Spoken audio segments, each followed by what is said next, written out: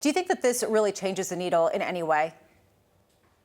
Well, Lisa, you stole my opening line. I was going to do a little hat tip to our friend and colleague, Jonathan Farrow. He always says the first reaction is not always the right reaction, and you said it at the top of the hour, or there at the top of the segment.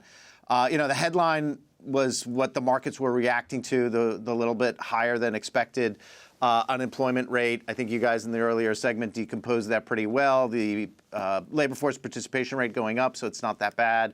I don't really think, to answer your question, I don't really think this really moves the needle. If we look at the November number, 64,000, pretty close to expectations. And let's not forget that we're going to have another payroll report before the January meeting that's going to make these other two much less important. So I don't think it really moves the dial a lot. And I think what you're going to see here, and we're already seeing in the market, is that retail sales control group number was pretty strong. And you look at the earnings part of this report, average hourly earnings, on a month-over-month, a little bit weaker than expected, but the yearly number, 3.5%, that's still pretty high. Real incomes and the wealth effect here supporting consumption. So that's really, I think, the bigger story here for the market move. At this point, Jeff, if the Fed does cut rates, maybe not in January, but maybe in March, and you do get that fiscal impulse coming from the federal government, at what point is there a risk of some sort of increased sell-off at the long end, sort of the opposite of what Michael Collins was talking about? Yeah, I mean, this is a little bit of a replay of what we saw happen last year when we had the Fed's cutting interest rates cycle.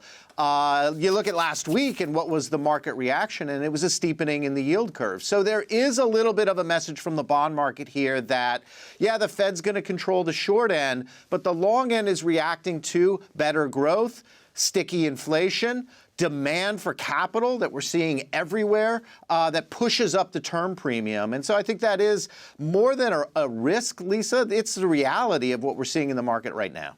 Jeff, I take your point that average hourly earnings at 3.5% year over year is high, but it's still the slowest pace since May of 2021. And that leads us into CPI later this week, right? I mean, we're going to see some inflation data. What are you looking for there? On the inflation data? Yeah, CPI.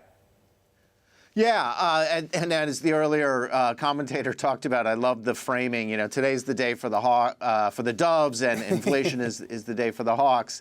And the pivot and the framing is correct. The inflation side is what's been the concern for the hawk side. I think the argument there is, yes, inflation is high and it's persistent, but it has been coming down. And I think the argument that the tariff-related components are really the drivers of that underlying inflation stickiness, and this is the key unknown, is tariff-related inflation a one-off, or is it an inflationary process? You've heard Powell talk about it. I think there's a pretty good consensus around the argument that tariff inflation should be a one-off rather than a process. And I think when you're looking for the process of inflation, look not to tariffs, but look back to what we were just talking about. It's really in wages and the stickiness of wages. But on the wage side, as you just pointed out, those two are also coming down.